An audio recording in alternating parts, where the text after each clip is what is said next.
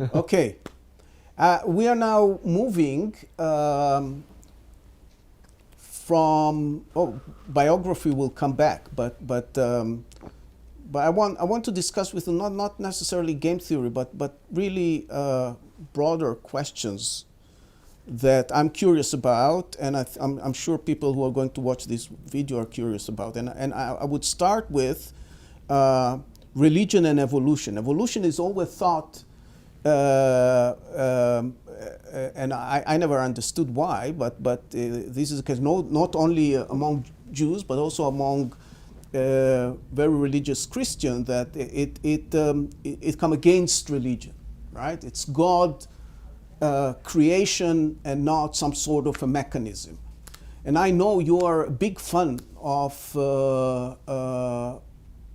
evolutionary theory, and I want to ask you about whether you have conflict with this.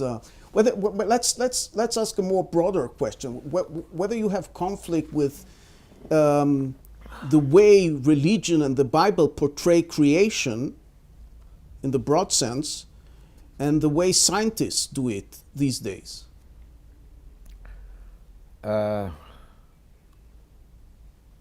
What do you want me to answer first? Well, how do you bridge this conflict, or whether there is a conflict?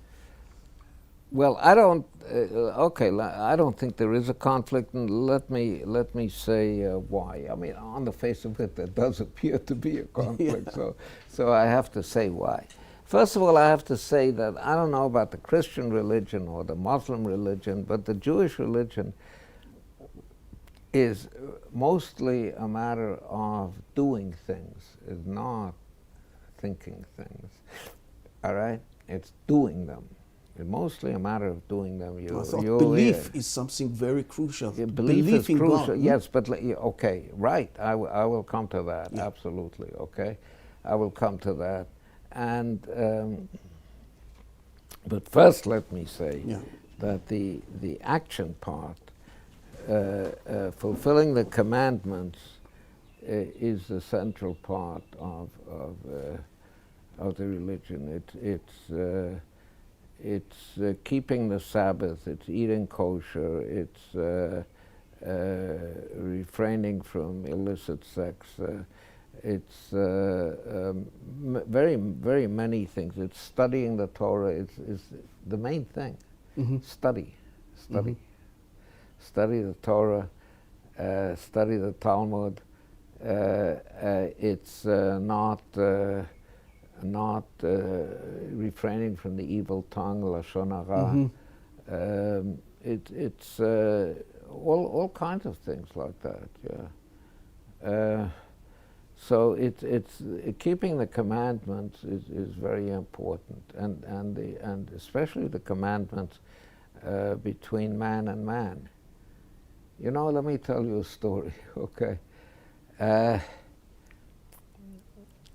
In most of the synagogues in the world, there's a depiction of the Ten Commandments. Mm-hmm. Okay? So in many of the synagogues, it's just written on one tablet, 1, 2, 3, 4, 5, and on the other tablet, 6, 7, 8, 9, 10. That's mm-hmm. all. Yes, Aleph, Bet, Gimel, mm-hmm. Dalet, Hey, mm-hmm. Vav, Zayin, Chet, Tet, Yud. Okay. Now, some of the depictions quote the first two words of each commandment. Okay, Anochi Hashem. Lo yeh, lo tisa, zachor et, kabed et, lo tirtzach, lo tinaf, lo tignov, lo ta'aneh, lo tachmon. Just two words. But you know, that's not the way it is. Yes, the commandments are much longer than two words. Many of them. Some of them are two words. Yeah. Like Lo tirtzach. Lo tirtzach. Don't murder. Lo tinaf, don't commit adultery. Lo tignov, don't steal. And then lo ta'aneh lo tachmon are also much shorter, but they're longer than two words. Okay. Yeah. So I was once in the synagogue of I had a cousin living in Englewood, New Jersey, and her husband was the rabbi of the town. So I prayed at his synagogue. Yes. And at that synagogue, it was unusual because they had the whole Ten Commandments written out, okay, on the two doors of the Holy Ark where the Torah scrolls are kept, okay? Now, the first 5 commandments, which are considered the commandments that relate to the obligations of man to God, are much longer than the second 5 commandments, Yes. which are taken to be the obligations of man to his fellow man. Yes. Okay?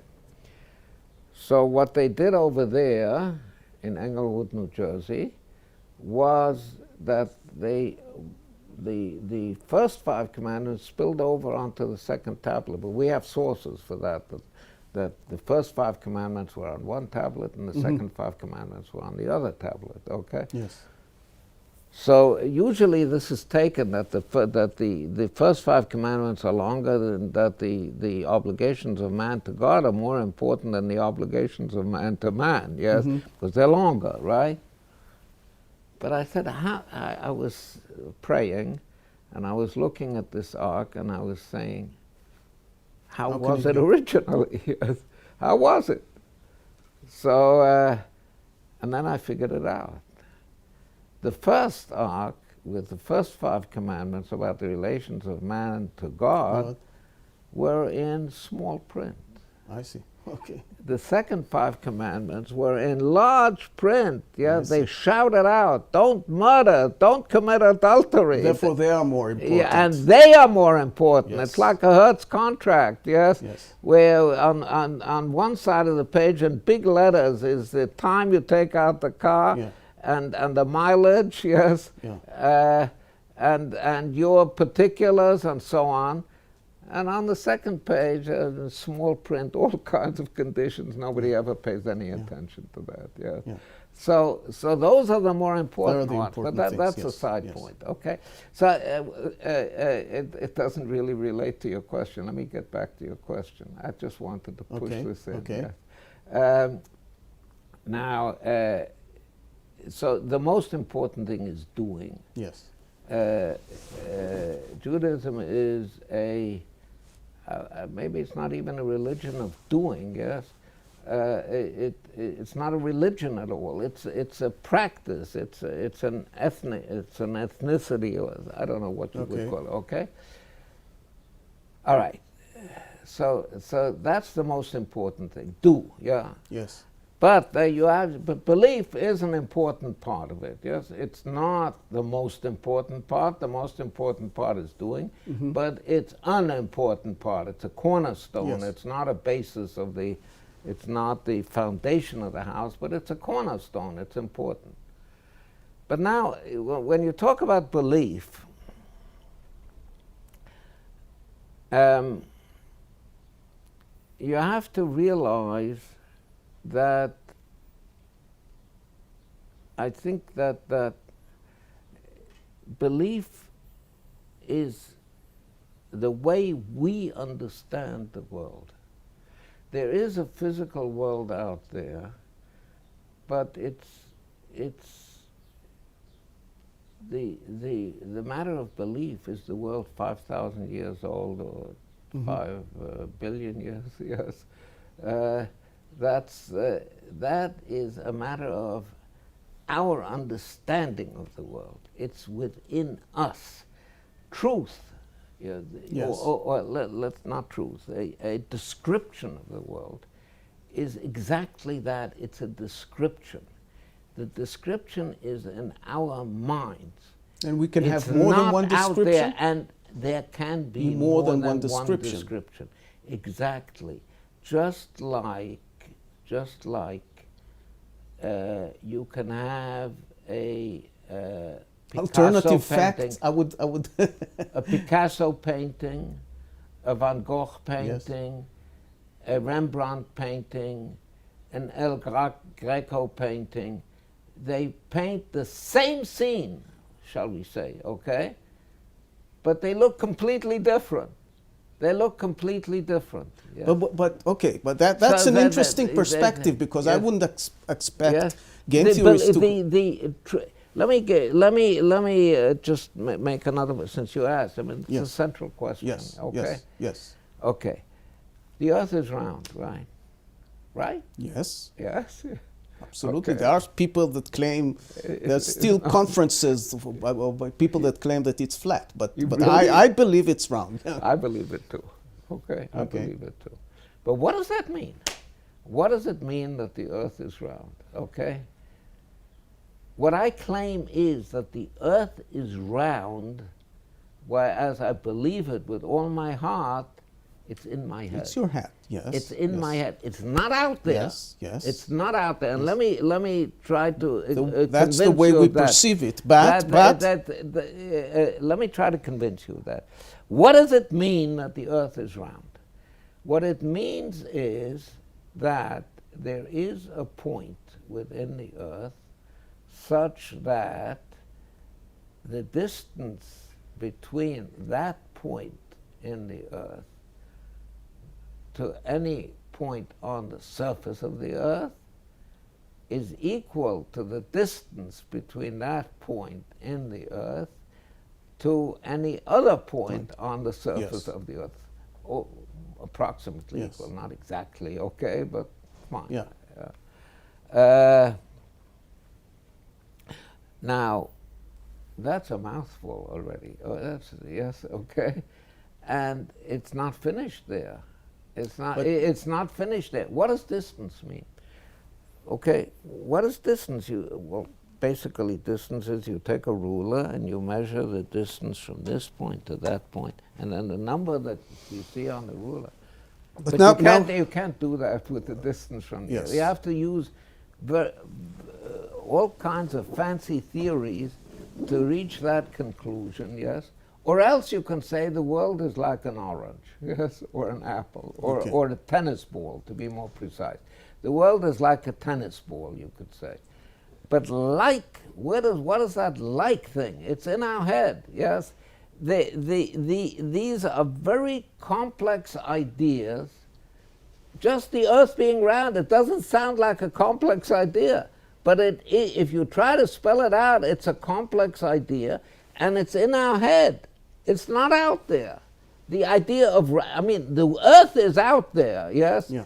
But the roundness of the Earth, the roundness is Yes, not out yes. there. It's in our heads. Okay. That's what I'm saying. Okay. So what I'm saying is that one way of describing the Earth is like maybe Rembrandt, although Rembrandt is also. But I'll tell you what's my problem with this Yes. with this interpretation. Yeah. For you, as a decision theorist, okay? I mean, when in decision theory, we're talking about beliefs and actions, Yeah. okay? There is a mapping, a decision is a mapping from beliefs to actions Yeah, right. that affect our utility, Yeah, okay? right. Now, part of our utility is whether we live or die, okay? Yeah. Whether we are poor or rich, right? Yeah. There are other things. There are other things. Clearly, we'll come to these other things. Yeah. But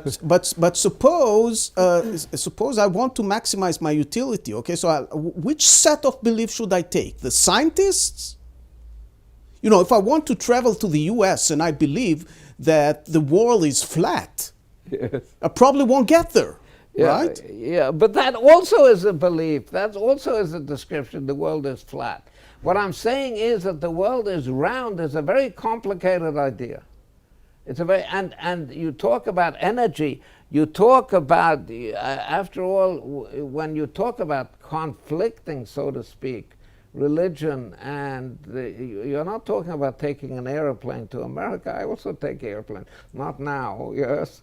But altogether, I've stopped traveling as much, but nobody's traveling anymore, yes. Okay. There's a Götterdämmerung now, Yeah. yes, with the coronavirus. And so since you're going to show this in June, people will have forgotten maybe, but let's remind them of it. Yes, so nobody's traveling now. Yeah. But when I used to travel, yes, it didn't bother me whether there were dinosaurs or billions of years. Altogether, the matter of time, yes, is very complicated.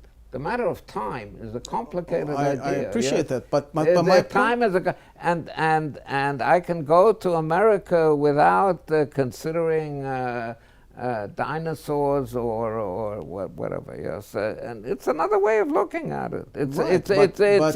But I'm not talking about you. I'm talking about Columbus or people in the 14th century who had to decide whether they're going to believe what scientists tell them, scientific observation, or whether they should believe on what the Bible says. And if they would the Bible says nothing about a flat Earth, please. No. Okay, yeah. The Bible says nothing which contradicts Columbus. Yeah, okay. No, absolutely. Columbus, on the contrary. But 600 years before in Bereshit Rabbah, which is usually dated to about 500 AD. Yes. Okay. So what? In Bereshit Rabbah, they talk about a round Earth. Okay.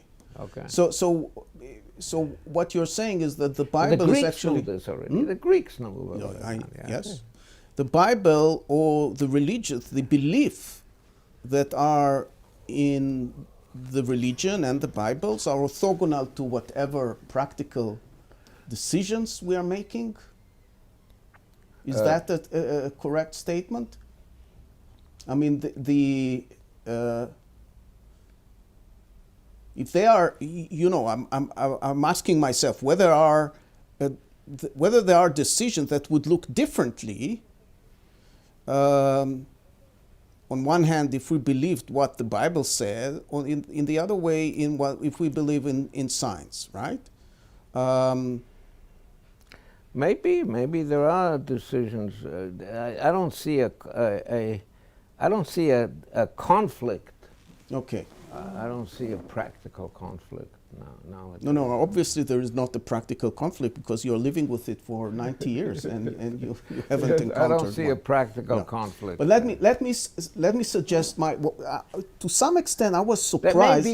There may be some practical conflicts. By the way, there are I think passages in the Talmud which refer to.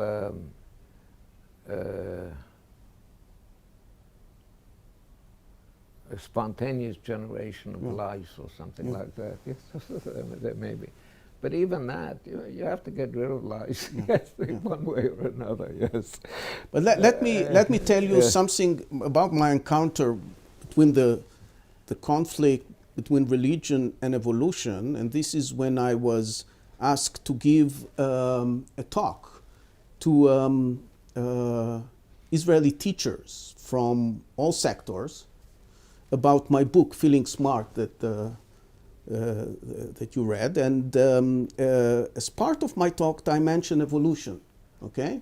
Yeah. And there were some religious people in the crowd, and when I started mentioning the word evolution, they stood up and left the hall, okay? Yeah, okay. But then I approached them and said, if they can explain what's so bothering about the notion of evolution for somebody who is religion, and I also offered an argument why there shouldn't be, and I want to hear your opinion about it. I said, if you believe in God, then why won't you let God handle the world the way He sees fits? Yeah. And if it's the evolution that why do you want to dictate God how He should handle creation? Yeah. Right. Right. And evolution is a mechanism. Yeah. Yeah. Right. And there isn't a mechanism which is more pure than another one, right? In terms of religion, is that something that you feel also about? I go along with that entirely. Yeah. Yes, you have hit exactly. You may have heard this from me and forgotten. I might. Yeah. Yes. Yeah. No, I go along with that entirely. You say yesterday My hobby is carpentry, yes. So I built a table yesterday, okay? And maybe this, I'm not so pure, you know, pure carpenters don't use nails, yes, but I used nails, yes, to build a table. So I built a table, okay? So I used nails for that, okay? Kodesh Baruch Hu uses evolution. Yes. Yeah. It's exactly what you say, yes. It's exactly what you say. And in fact, there are passages in the Midrash. I mentioned the Midrash Rabbah before, Breshit Rabbah,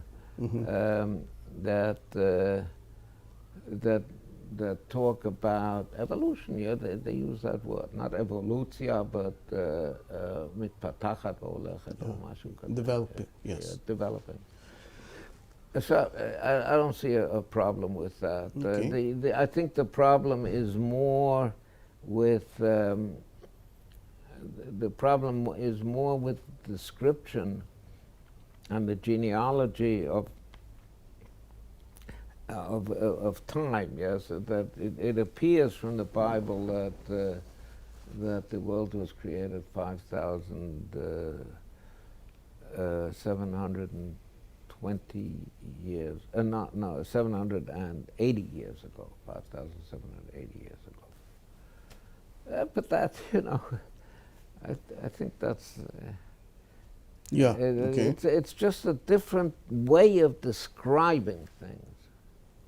Bob, to summarize this discussion on religion, I would like you to say to us, what is religion for you? Whether it's preferences that lead to choice, desire, or need for spirituality. What does it actually come from for you? It's a way of life, okay? It's a way of life. I don't think too much about where it comes from. I've been doing You've never been in a situation where you ask yourself, should I continue with this way of life, or should I have No, a it's different? good. It's good, yeah. You're having a great meal, yes. I'm sure there's more. So you're having a great meal, or you're listening to a great concert. Should I get up in the middle of the concert and walk out? No, it's great. Yeah. It's wonderful. It's very satisfying. It's very uplifting. You feel you're doing something worthwhile. It's very family oriented. Yes. Yes. There's something, something that occurred to me this morning while looking at my Facebook. There was one very non-religious person that said, in relation to the corona, Yeah. He said, I don't believe in God, but I'm looking for a replacement to, religious people say, I am okay, Bezrat Hashem. Yeah. Okay? I'm looking for a replacement, a non-religious replacement for the expression with God will. Okay? Because when you say God wills, you have some sort of a spirituality impulse in your, right? That I think religious people, this is for me one of the thing that I think religious people are benefiting from being religious. And non-religious people are constantly looking for ways to produce it in other ways. And I tell you, for non-religious people, there are other ways to generate spirituality, which is, you call this as these other things rather than the material aspect that make but us it's not survive. Our spirituality is very concrete. Yes, it's not very spiritual. Okay, it's concrete. We get up in the morning and we put on tefillin and we wash our hands and we say the Shema and the Shemona Esrei and we say our prayers and then we have breakfast and then we. And it's automatic. That's what you say. It's not automatic. Yes, we there are one can't possibly concentrate on everything in the Yes. prayers, but there are opportunities to concentrate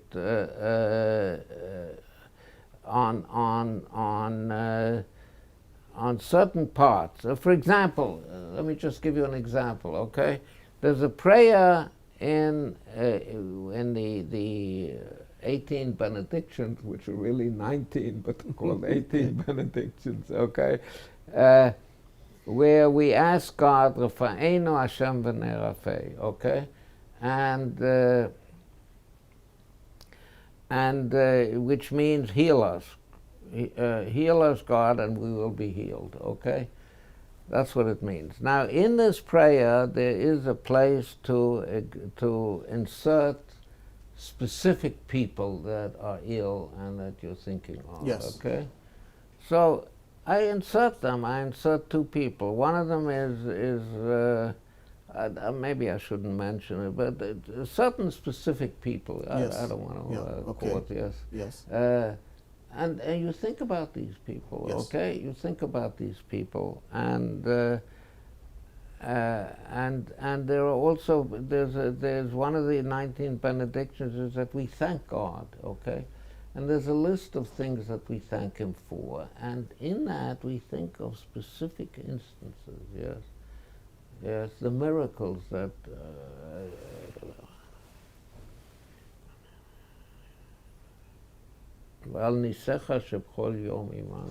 Your miracles that are every day with us. So you think of specific instances, and you think of and it's not automatic, yes, Yeah. but it's a framework. Okay, let's put it that way. It's a framework for. You don't have to think of spirituality because you have a framework for spirituality, for being thankful, for asking, and you know, people. It turns out that they made studies that actually religious people that one asks specifically for healing actually. Maybe I don't know how significant the effect is statistically, but it has a small yes. statistically significant effect. Now, it's not a miracle. I'm not saying Yeah. that this proves the existence of God. What I'm saying is that people think about Yeah. this person, okay? And when they think about this person, they're going to do something about it at some point, or some of them will maybe do something about it. I want to talk about. You asked me a question before about evolution and science, yes? Yes. And I have some questions about that also. And Okay. I repress them and I don't, yes. But I think, and I've spoken with very, well, first let me say what I think. I think that living systems are enormously complex, but enormously complex, yes? I'm not talking about the brain at the moment, yes? Because I'm talking about all the systems in our body and all living systems. And it seems to me that there just hasn't been enough time to develop these. It's a problem. I'm not challenging evolutionary theory, but I have not seen somebody working out. Yes, as a mathematician, I know how big combinatorial numbers get, okay? And it seems to me that there hasn't been enough time for this. Now, there was this book that Sergio Hart was very enthusiastic about it, The Beak of the Finch, yes? Have you read this, The Beak of the Finch? Yeah. It was something about practical evolution in the, what's it called, Darwin's Islands? Yes. Well, what are they Yes, called yes. in the Pacific off Peru? I've forgotten the name. I mean, this is, I don't know, about 10 years from now, yes. But but this is nothing. This is really nothing. I mean, this is just the beak getting a little bigger or the beak getting a little smaller. Yes, it's not. And I can't see. how these enormously complex systems could have evolved in the small frame of time. So this that is science putting a little gives bit in doubt the evolutionary I mean, explanation. no, it's asking a question. It's just asking a question. I think that evolutionary scientists have not related to this question. And now I have spoken with outstanding scientists, and they agree. They agree. Some of them, not all of them. Yes. They agree that we That haven't there's a problem. that we haven't understood it yet. We hadn't. That's right. That's right. They agree that we haven't understood it. That's one problem. Okay. Another problem that I have is, okay, Big Bang, fine.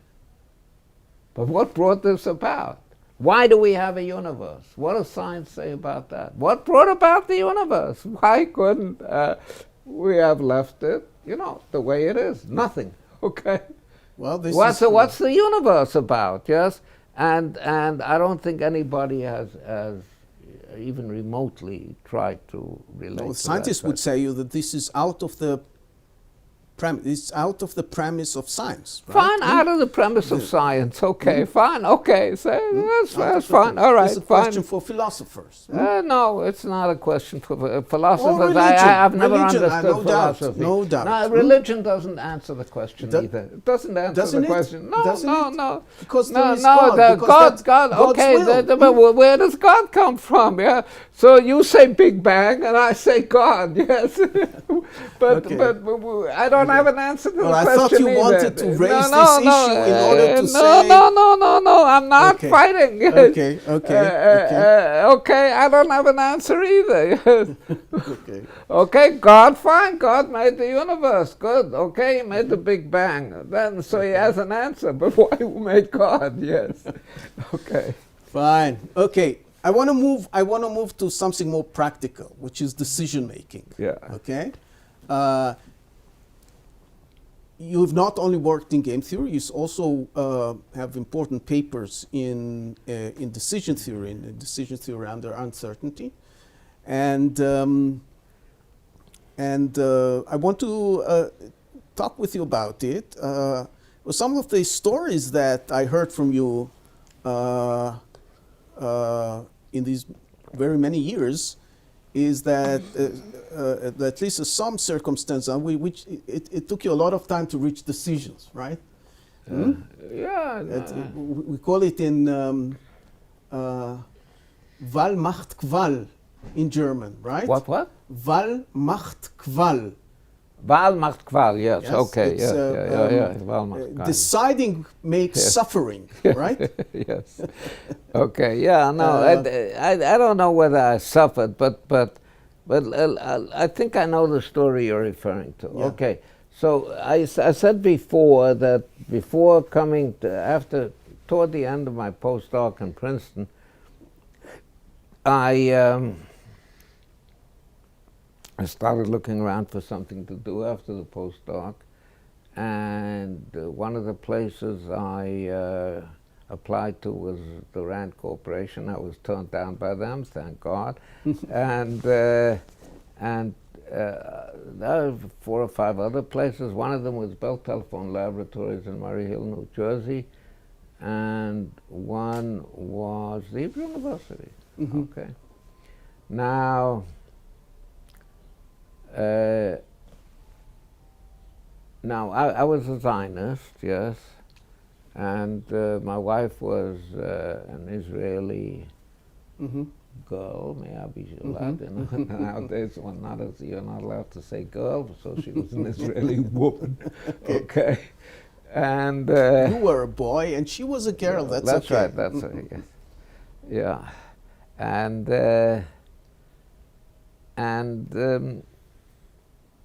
so I was a Zionist, and we wanted to move to Israel.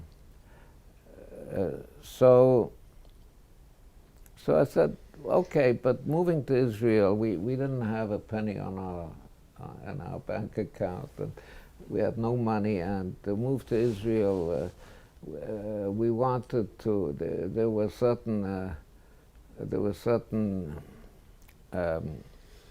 things that new arrivals could get, or new immigrants could Yes. get, like you don't have to pay taxes on a refrigerator, which was like a 200% tax or 300% tax, or on an automobile or something Yes. like that. Yeah. So, but we couldn't buy a refrigerator or an automobile because we didn't have any money. Yes.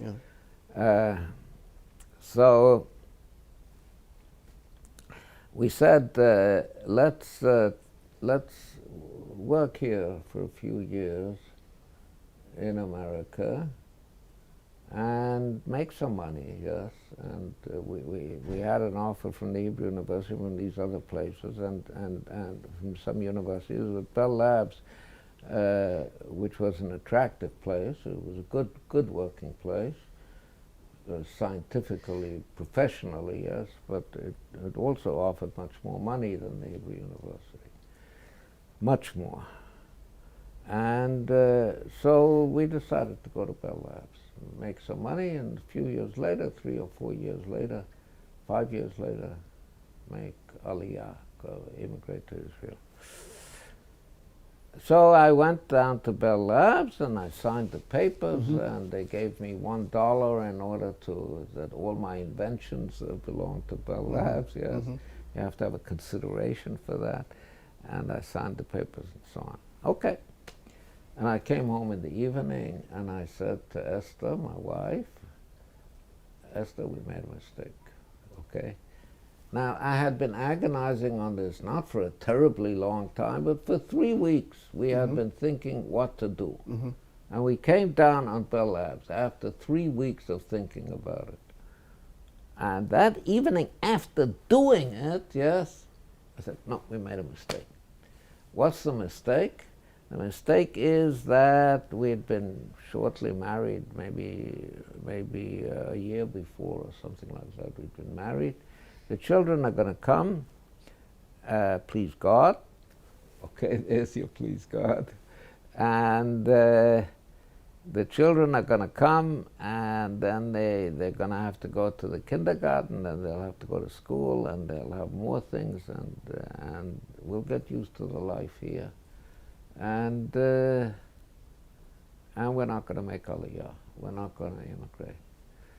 If we want to immigrate, we have to immigrate now. The hell with the car, the hell with the refrigerator. I mean, we'll get some kind of refrigerator, but we have to do it now because otherwise it's not going to happen. And why didn't you have this insight before you make the decision? I don't know. Yeah, the decision makes the situation real. It's suddenly, from a hypothetical situation, it becomes real, okay? I don't know why, okay? You ask Maya or somebody like that. You ask a psychologist, okay? I don't know why. But you cannot imagine the situation when it's not real. So at least I wasn't able to. I'm not saying it's impossible. You have to make decisions based on hypothetical situations. And this is but I said we have to go now. So I called Bell Labs in the morning and I explained the situation. And I said to them, look, I gave my word, I signed papers, I'm not going to disavow what I signed, but I'm going to stay for 1 year. Yeah. 1 year. And there's the 13th Amendment to the Constitution of the United States forbids Abolish slavery. Yes. So in 1 year I'm going to leave. Yeah. Okay? You should know that. So they said, Aumann, you're off the hook. Yeah. You can leave right now if you want. So I said, I want to work at Bell Labs until October, because now there's no semester yet. Yeah. And they said, Aumann, we'd love to have you, and that's it. Very nice. Very nice. Yeah. And this is also why you believe that one of the major forces that make polls be wrong about, in predicting what people will vote in elections, right?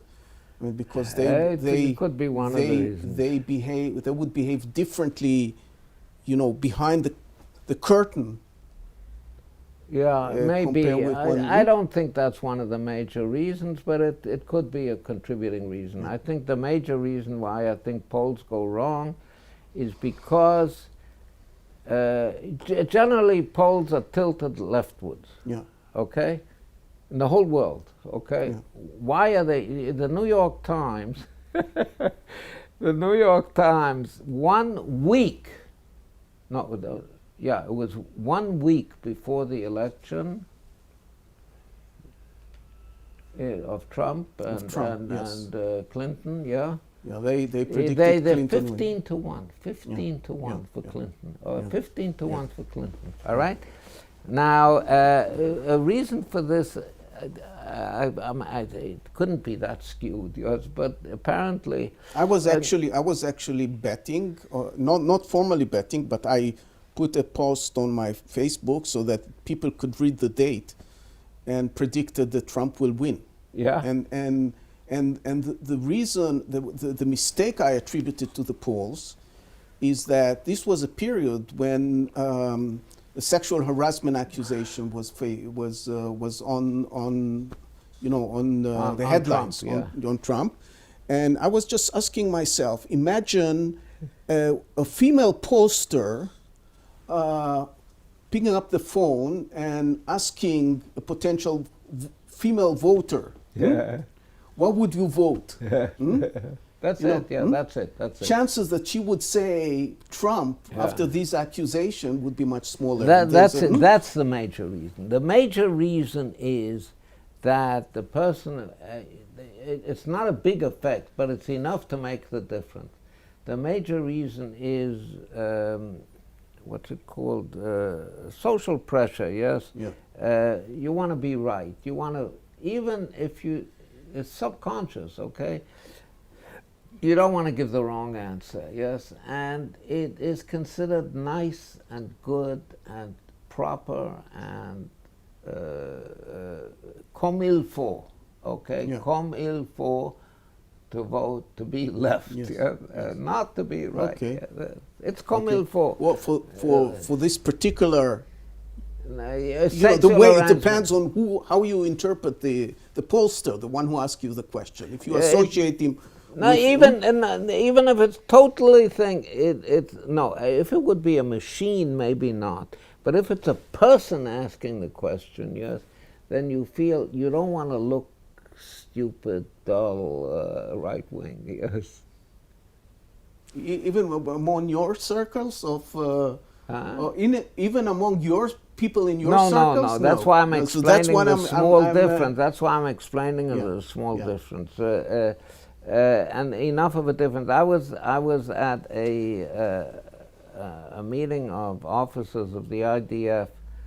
I was giving a lecture to a group of high-ranking officers of the IDF, and at lunch they asked me, "What do I think?" It was on the day of the election, or maybe the day before. I think it was maybe on the day, and I said, I don't know, but if I had to bet, I would give 3-2 to Trump. My $3 say that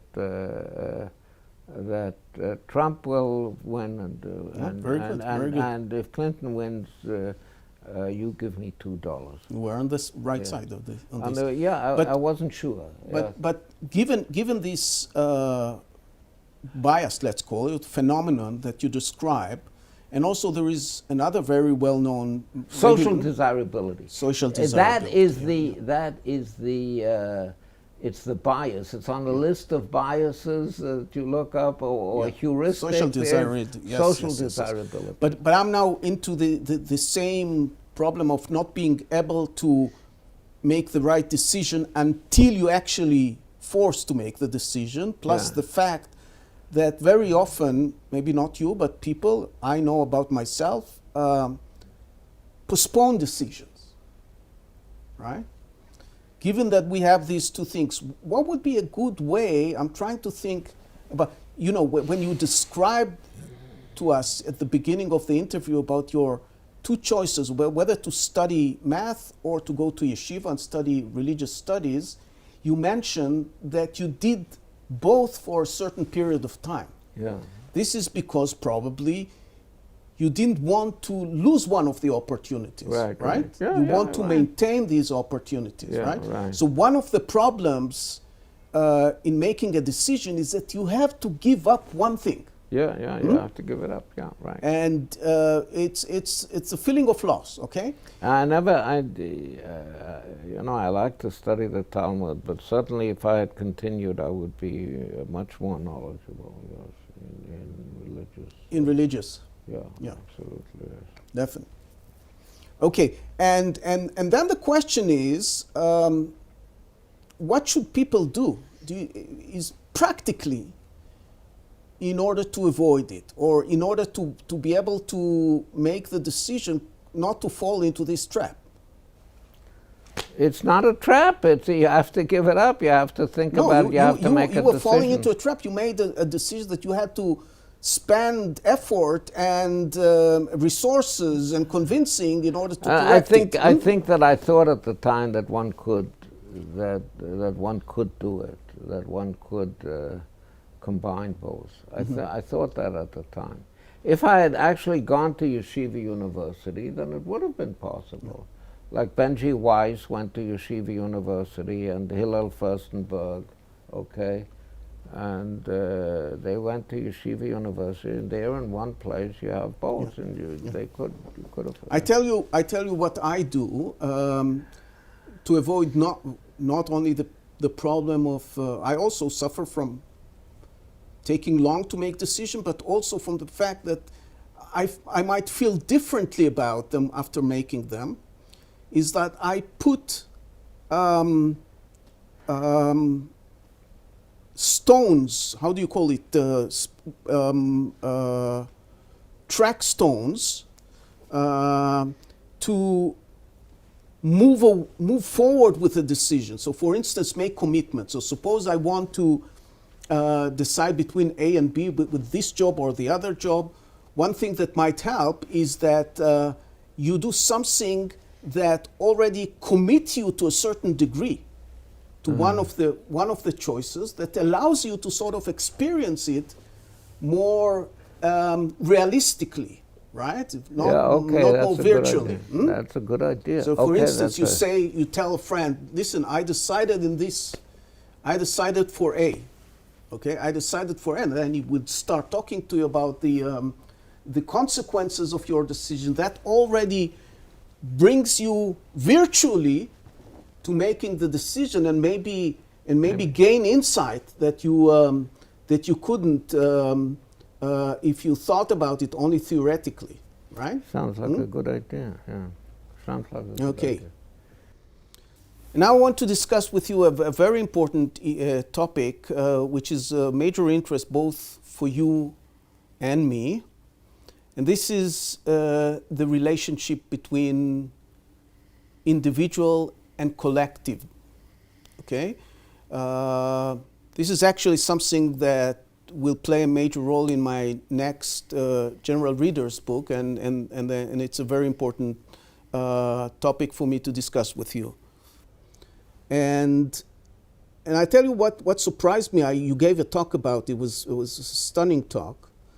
And what surprised me is that we game theorists for many years we bugged other disciplines in social science by saying, the decision maker eventually, even if you talk about a state or a firm, the decision maker eventually is a human being, is a one person, right?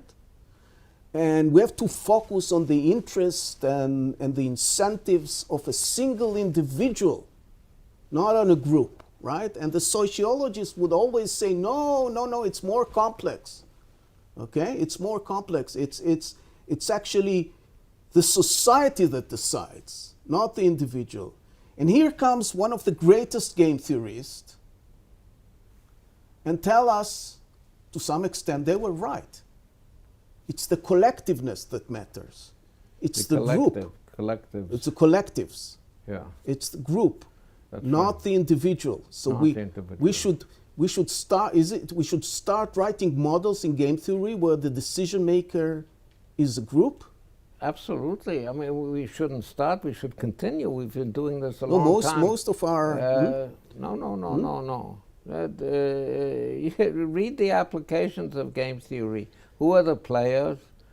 The players are in World War II, United States versus Germany. Yes, they're not players, right? According to your description, but the train was always going more micro into the decision makers. That is okay, right? I have a lecture on that. I can give you the. I heard this lecture. I heard this lecture. I just said we can append it to this talk, the slides. Yes. This is in theory, okay? In theory, it's like you say that the individual is the player, but it has been for a long time in applications. The player has been the collective. Yes, it's IBM versus this. You read books about applications of game theory. You never talk about an individual. Almost never about an individual. Read O'Neill. Read Brandenburger. Yeah, it's always corporations, countries, unions, this and that. All right. So how does one reconcile this with what you were saying? You use a savage small world principle. Yeah. It's too complicated to go into each one. This leads to a big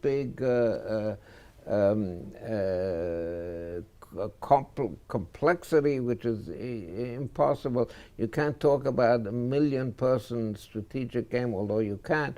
But it's too common, so we make a small world decision. But really, the player is the thing. So what I say is the individual. So I say no. Really, the player is the collective. Okay. Really, the player is the collective, and it's collective. And this is illustrated by the story I told before, that you have Germany and you have the Nazi cult. That is the player. It's not even Hitler. Yes. Yeah.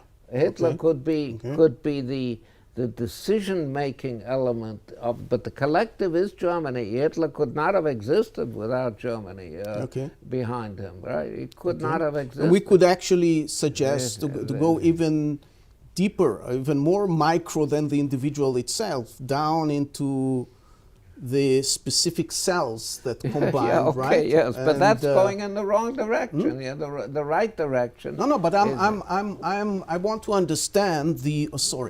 I want to understand, because my feeling is that there is a much deeper philosophical statement here. Maybe I'll try to exaggerate it. That says that. There is nothing like individuality. It's basically, instead of being a discrete variable, it's a continuous variable that perhaps start with the DNA, with the corona DNA molecule, then to a cell in the human being, then to a collection of cells that can give rise to body organs like the heart or the liver, then the individual, then the family, then the tribe, then a larger community, then a state, and even alliances of states, right? Yeah, okay, right. I think it's not so one-dimensional. In other words, there are various different kinds of collectives. There are corporations. There are workplaces. There are different kinds of collectives. It's not. I mean, you have built sort of a hierarchy, or what you described is a hierarchy. It's a nested structure. I don't think it. But it's sort of linearly ordered. Yes. Yes. One contains the other, and so on.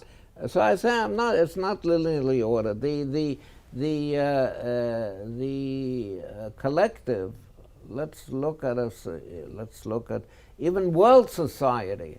Okay, you have countries, yes, but you also have professions, and you also have yes. There are intersections. So it's not. Yeah. This is not part of that. But even within the country, certainly you have corporations, and you have families, and you have all kinds of different things. And even in a family, yes, my grandson could belong to a youth movement, so he is in or the twin story that one, or the twin story that one, story, yes. One was fought for the Germans and the other was Jewish. Yes, yeah. So what the main thing to realize is that you are not free to decide what you want. You're free to, or let me contradict this right away. You are free to decide what you want, but you don't do it. You are tremendously influenced by the collectives to which you belong. Yes, tremendously influenced. Yes, we are not. We are just like I am a Zionist. Yes, so the Arab Shahid who sacrifices his life in order to kill me or my friends, yes, he is convinced also ideologically that he is right. Yes. I don't. I don't morally censure the Arabs. They are ideologically motivated. But let me say one more consequence that it might I have. think we have to stand up for ourselves. Yes. Okay. And we do stand up for ourselves. Yes. And we are part of this. We are part of this collective, and they are part of their collectives. Unfortunately. But let me tell you one moral consequence that. I think you drew from it. I heard it from you, and I want us to discuss it briefly. Well, one of the consequences you raised, and correct me if I'm wrong, is that in conflict time, in war times, the distinction between citizens. You mean civilians? Sorry, civilians. Yeah. Sorry, civilians. Yeah. And military personnel. Yeah.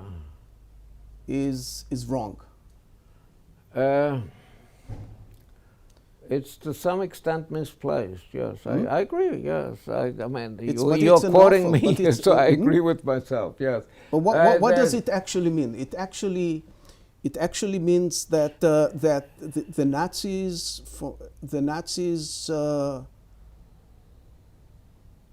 by the way, in World War II, this is something new. This distinction is something new, and I have witnessed in my lifetime this distinction becoming more and more important. By the way, especially in Israel. Okay, especially in Israel, we are very, very, or especially relating to Israel. Other people criticizing Israel, but also in Israel itself. It has become it's something that in the rest of the world nobody pays attention. I think we are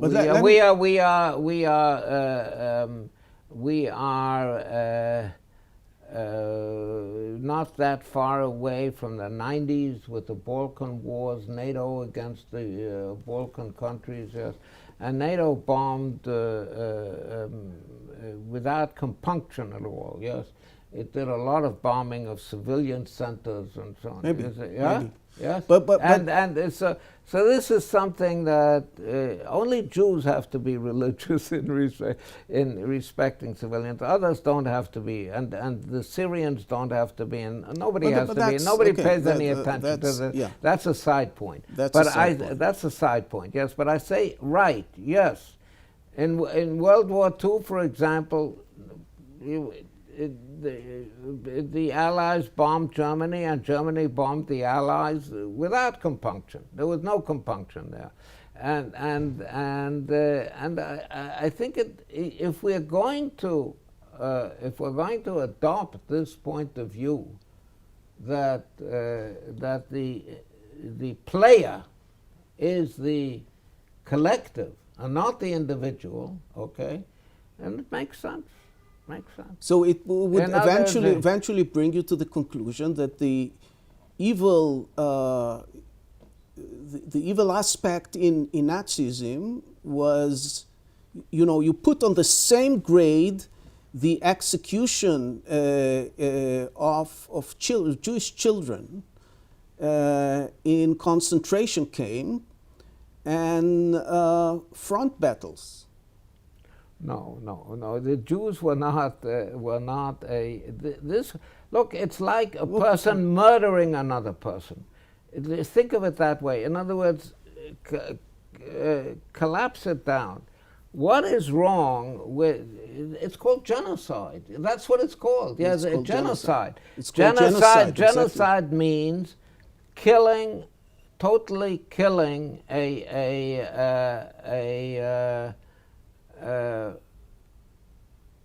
nation. Okay, you don't kill. You kill the collective. You kill the nation. The nation of Israel, the nation of the Jews, the ethnicity, the collective.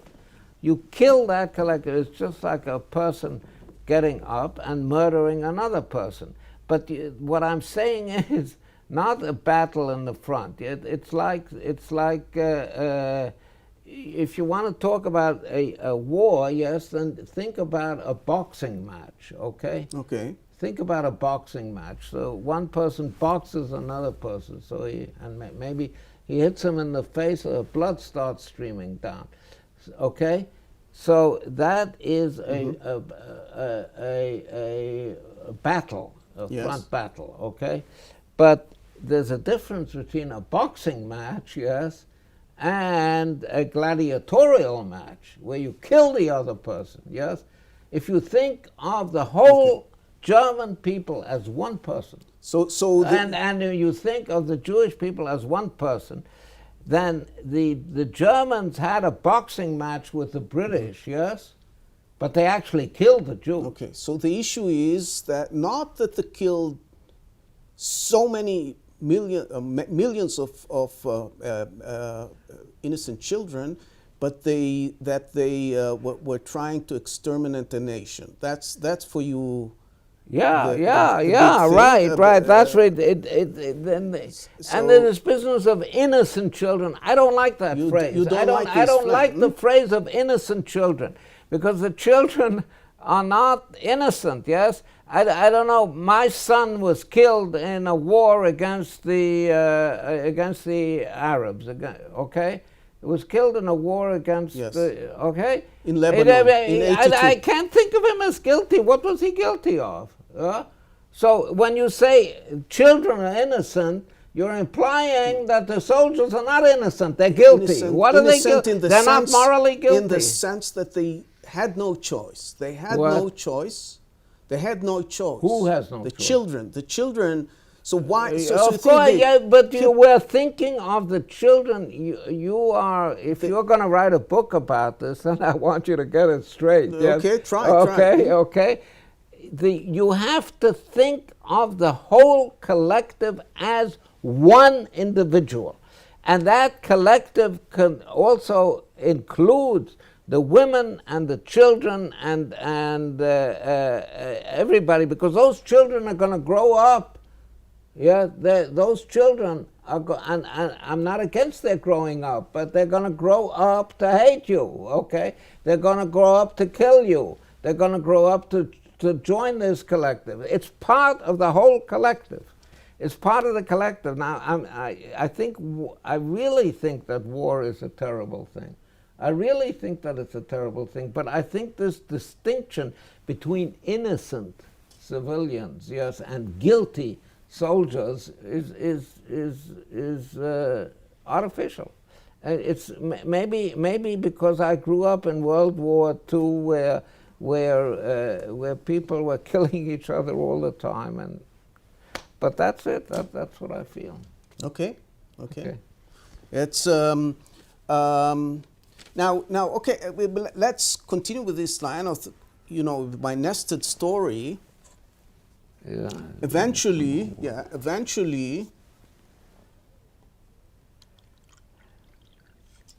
when you think about collectiveness, you can go beyond nations, an ethnic group, And I think now in these days, in these very days where we face the coronavirus that started somewhere in China, and it affects people here in Israel and in the United States and all over the world. The whole world. In the whole world, you can go one step further and think about unity as the whole human race. And the fact that we are all one biological tissue, for instance, right? Is that something that that you would identify with?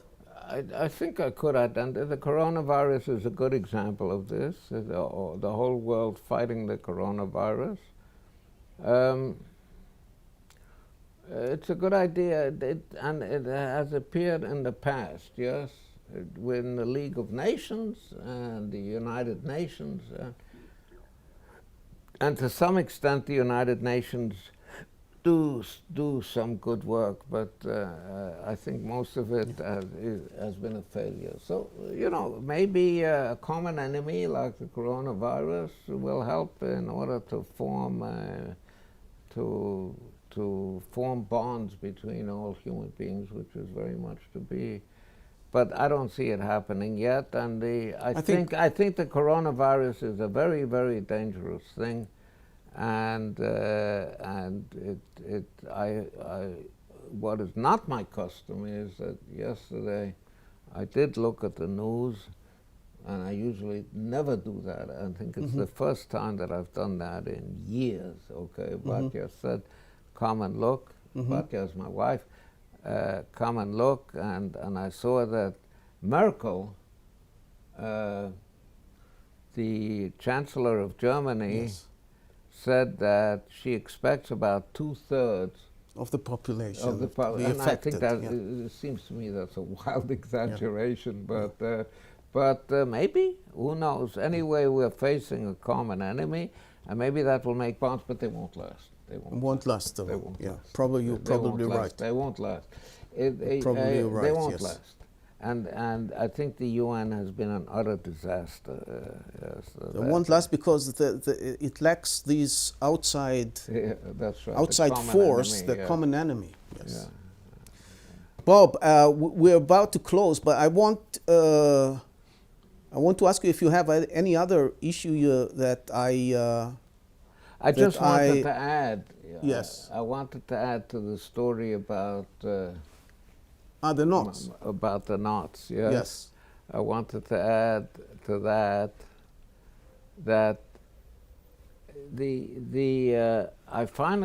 I actually left MIT and started on my postdoc before actually finishing my doctorate. Yes. I had planned to finish it, but it didn't. There were still problems. There were open problems. So I came to Princeton, and in the fall of 1954, and I started thinking about how to finish my thesis, solving the outstanding problem. There was one outstanding problem. And I remember standing on some day in October of 1954 in the shower in my room in Princeton and thinking about this problem for maybe half an hour in the shower or 3/4 of an hour, okay? And then I hit on the solution. Very nice. Okay? And then I hit on the solution, and the rest went easily, and I finished my thesis that fall. Very good. So now, okay, so this was in October of 54. Yes. Exactly 50 years later, and you remember that I said that one of the reasons that I did knot theory was because it was absolutely useless. Yes. Because yes. it was absolutely yes. useless. That was the vogue in the middle of the last century in mathematics, that applied mathematics is somehow second rate. Okay. Yes. Pure mathematics is the thing to do. So one of the reasons for going into knot theory is that it was absolutely useless. In October of 2004, exactly 50 years later, I have lost my first wife and I'm not yet married to my second wife. I'm sitting alone in my flat and the phone rings. And Yaakov, my grandson, who is in medical school in Beersheba, the second year of medical school, says, Saba, Saba is grandpa, can I pick your brains? So I said, sure, Yaakov, what's up? He says, what are linking numbers? I said, what do you mean linking numbers? Like a knot theory? So he says, yeah, like a knot theory. I said, why are you interested in linking numbers? So he says, well, our lecturer mentioned linking numbers and explained linking numbers to us today. And medical lecturer, right? Wait a minute. Our medical lecturer, our lecturer. And I didn't understand what he was saying, and I don't think he understood either. Okay? So what are they? So I said, why are you studying, are you taking a minor in mathematics or something like that? He said, no, medical lecture. Okay. I said, why are medical lecturers interested in linking numbers and in knot theory? So I said, well, he said, well, sometimes the DNA in a cell gets knotted up. Wow. And that may cause cancer or other problems depending on the linking numbers of the knot. Amazing. I had to sit down because what I was doing 50 years ago, exactly 50 years ago, to the month, or even to the week maybe, because it's useless, is being taught now in the second year of medical school in Beersheba. I think this story should be heard by the research agencies in the UK that obliges every researcher that put a grant proposal to write down specifically how his research is going to help humanity or the country within the next 3-4 years. Thank you, Bob. I'll shake your hand. Okay, Thank you. Okay, see you in 10 years. Yeah.